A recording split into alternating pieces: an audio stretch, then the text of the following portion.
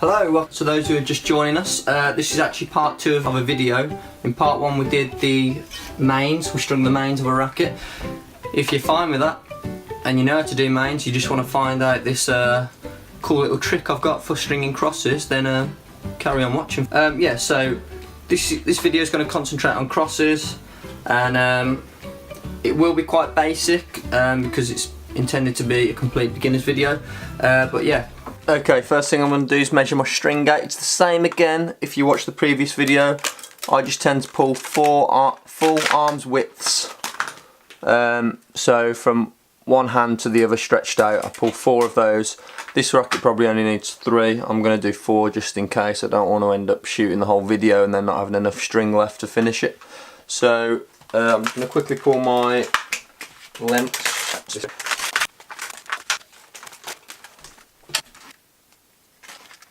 Right, so I'm going to be using a nice blue synthetic gut string. I find these so much easier to string the crosses with. Obviously if your customer wants poly, you're going to have to do poly. Bit harder to do, but this method hopefully will speed up your stringing of crosses.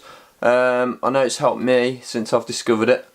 It just makes it a little bit easier to thread between the strings as you get further down the racket, because I know as you thread more string through the crosses, these get tighter and it's a lot harder to actually get your string weaving in and out. So first of all, let's just tie off our string. So again, this is a beginner's video, so I'm going to go back to basics. So you'll usually have along the top, one of the grommets will have a slightly bigger hole, which is where you want to be pulling your string through. So I pull it from the outside through to here, probably about 20 centimeters, 30 centimeters long. That is all you need to pull.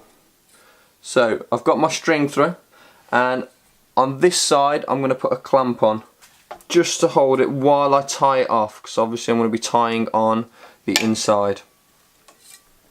Right, there are, in fact, I showed a way of tying in the last one. I'm going to show another way now. This one's a little bit easier, especially when using synthetic gut. So I've pulled my string through, got my clamp on one end. So the string will come through on one of the sides. What you want to do is make a loop. Just let that focus. Make a loop, go over the string, then come up the back and through the middle. You want to pull that towards the racket and pull it tight. You can, I tend to use my pulley just to pull that tight, obviously not too much. And I tend to do a double knot. You don't have to, but I just find it to be a bit safer. So again, this time I go the opposite way, so through this side. So I've got it going through like that,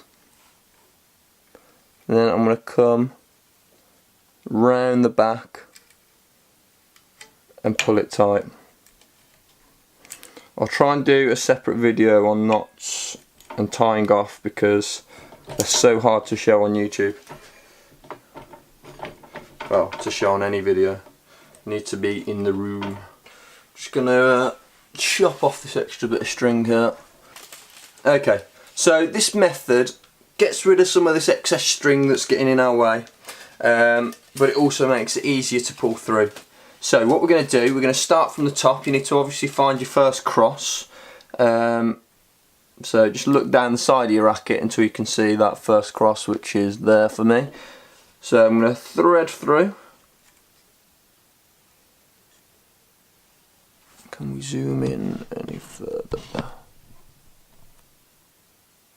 Okay, so I'm threading through.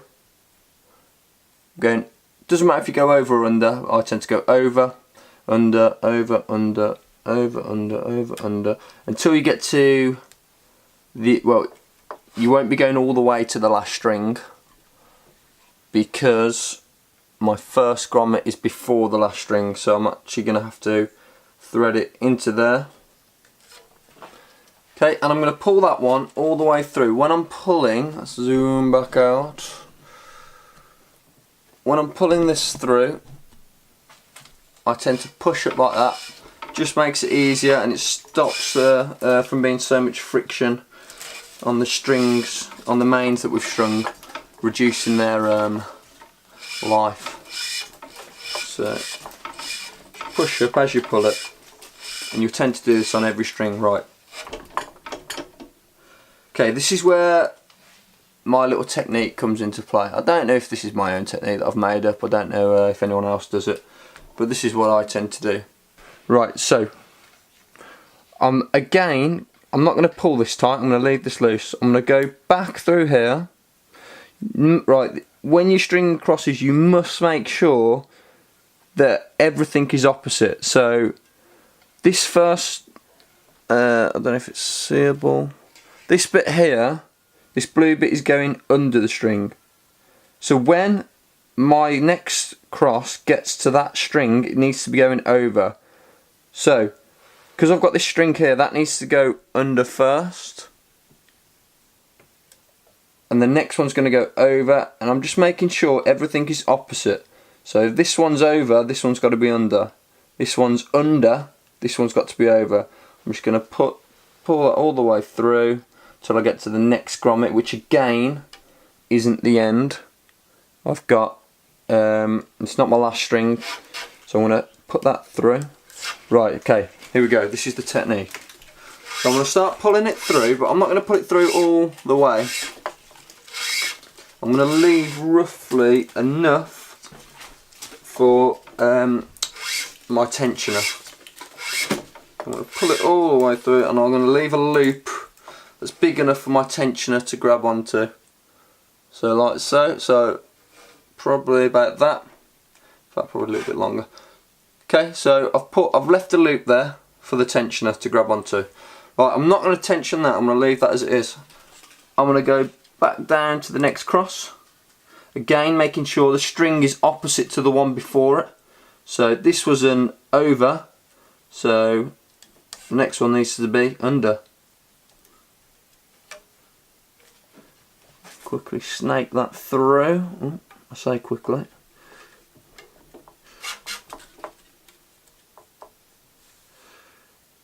As you string more and practice more, it becomes a lot quicker, all of the threading in and out of the strings. You might start off just going ooh, ooh, with two hands, but eventually you'll speed up. Right, here we go again. This is the technique again. We're going to be leaving another little loop, not as big as the last one, otherwise it's going to be getting in the way.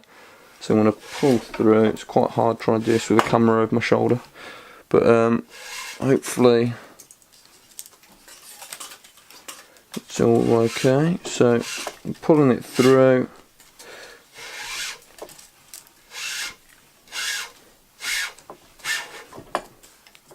And leaving that little loop there, so not too big, not too small.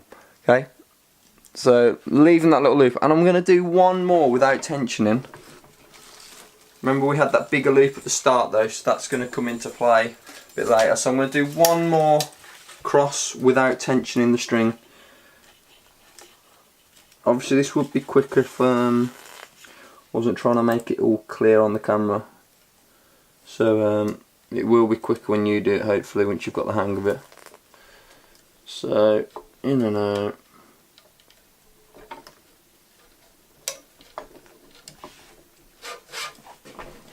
And again, I'm going to leave another little loop. Oh.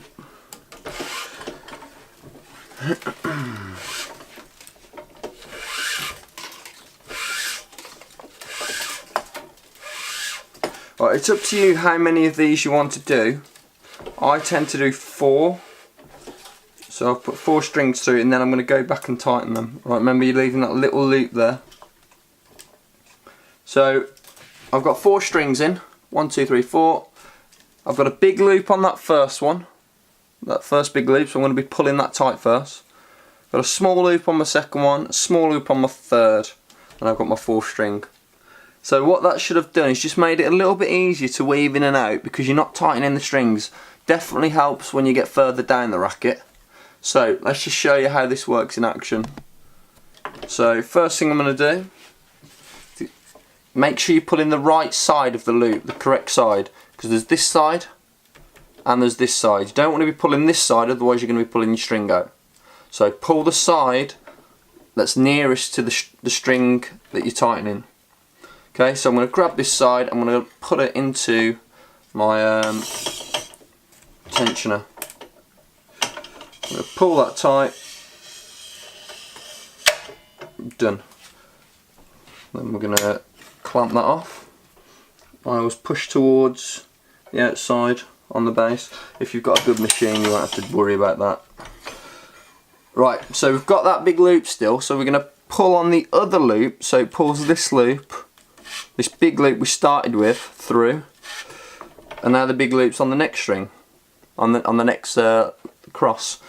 So now I'm going to pull that same side again, make sure I'm not pulling the side that's going to pull the strings out. It needs to be that one that we're stringing, that we're pulling tight. So the same one we're pulling tight. So just do that and get my clamp on there. I said in the last video this is a really dodgy clamp, so it takes some fiddling with. It's really annoying. I'm going to get it replaced soon. Okay, and then the same again, we should go back to the other side.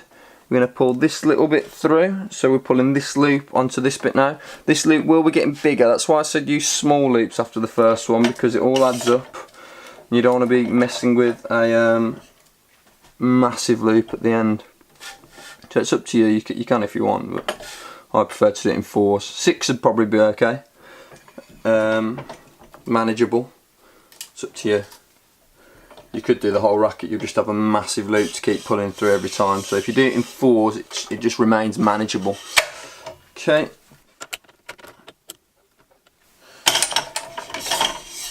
I hope this is all seeable and focused on the video. Be a waste of time otherwise. Right, so I'm pulling that last bit through, that last loop. Got no more loops now, pulled them all through. Tighten that last bit.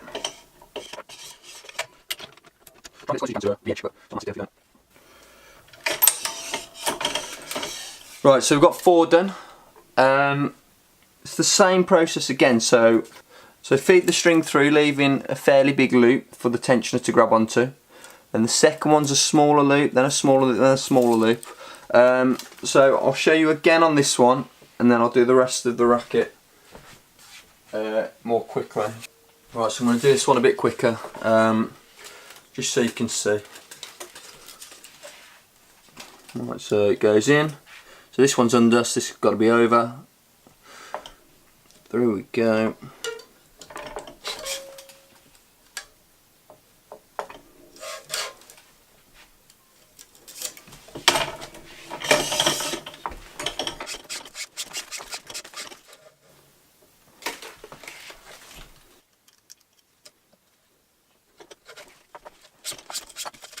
This is going to be my smaller loop. If your strings start to get tangled up, just give them a shake. They always come loose. Don't go trying to weave everything out of it itself. Just give it a shake and it usually untangles.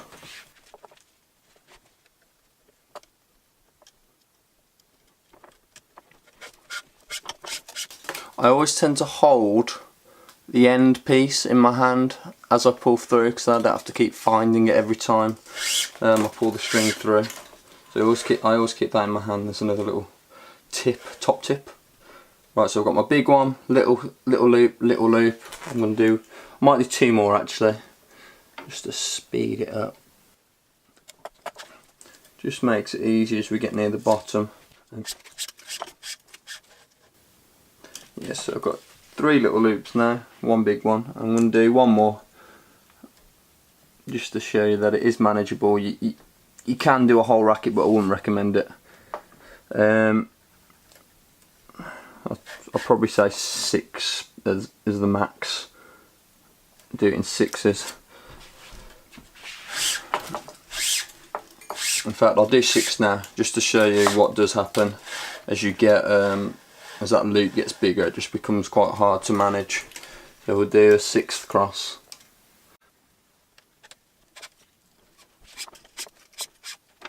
Right, there we go. So I'll start with that big one. Well, actually no, the big one, I didn't actually need to do the big loop there, so I've wasted a bit there. So I'll pull this through. Okay, so I'm going to start with this big one, big loop that is. Pull it tight, release the clamp, release the tensioning mechanism, pull this loop, so it pulls that loop through and we can tighten that. The reason we leave a little loop is if you don't leave a loop, you're not going to be able to pull it through. You're not going to have anything to grab onto to put it through. It's just a nightmare. That's what I did on my when I first thought of this, and it was an absolute nightmare. So just make sure that you do leave those little loops. 'Cause it just means you can just grab onto it. Without it, you can't, obviously. Put it through. Obviously this way isn't going to be everyone's choice. Might work for some of you. I'm guessing the more experienced stringers have their own methods, but this has been a revelation for me, and I'm really finding it's increasing my stringing speed. And it makes it a lot easier just to pull the crosses through. So notice now how this loop's getting quite big, and if you did the whole racket, you'd have a massive loop. I don't know. I've never tried doing the whole racket. It might be okay having a massive loop, but it starts to annoy me about now, so that's why I only do 4. But it's up to you. Do the whole racket if you want, but do it at your own peril. To be fair, it hasn't been too bad doing that one. Doing 6, and maybe I will start doing 6.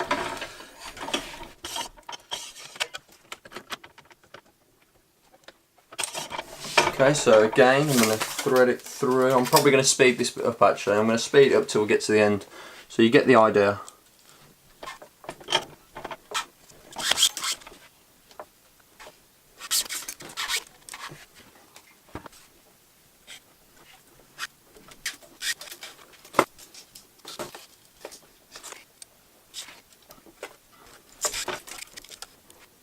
Right, I'm just threading through this last bit of string, my last cross. It can be quite tricky to get it through that last one because there's usually your main in the way, your main strings. So you can use one of these to try and prise it through. It's kind of like a screwdriver. I don't actually know the name for it. I will find out and put it on the video. But yeah, most rackets tend to be okay, and they're usually designed to have that second piece of string come through quite easily. Some of the older rackets I always find are harder to prise the string through with. So as you notice now, it's so much easier here to thread the string through, just because I haven't pulled tension on the strings before it.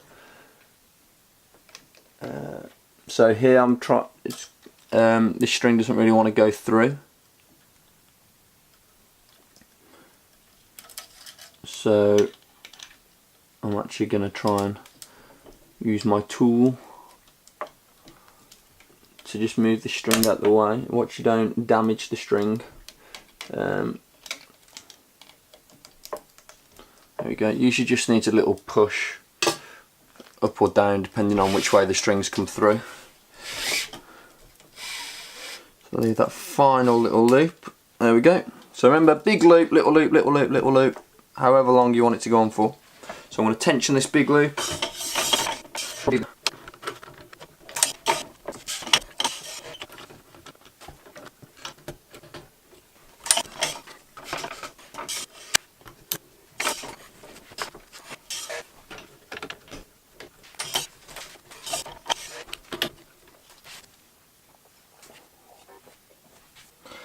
Okay then, so it's time to get this string tied off.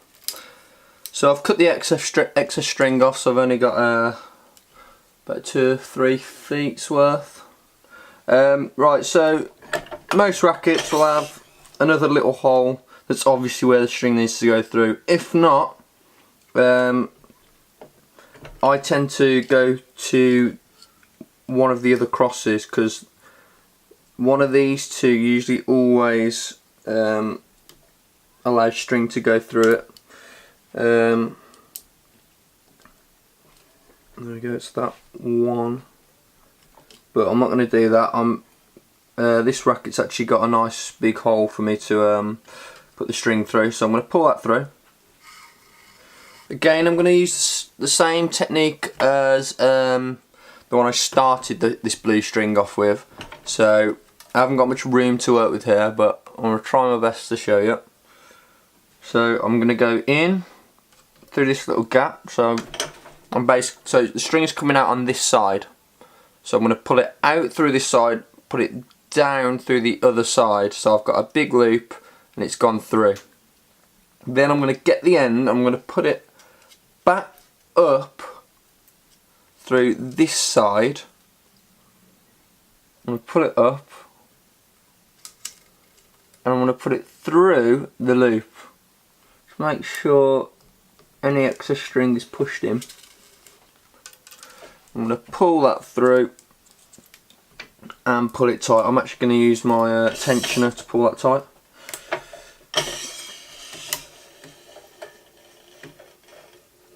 That'll do. Right, and then same again, but you're going to go the opposite direction. This just stops the string from clashing. So it's going to go the opposite way. So we're going to go through. So we've got our loop. Put it through. So it comes through the middle of the string. And pull it tight. Use the tensioning mechanism just to give it a bit more tension. There we go. And I'm going to cut that off. And there we pretty much have it. A nice hybrid racket complete. To take your racket off, loosen your clamps. Always loosen the ends first, just a little bit. Then my 2 diagonal ones are opposite. Just one turn. Same with these ones. And again, I just do that, so it all comes apart nice and evenly. Loosen it completely.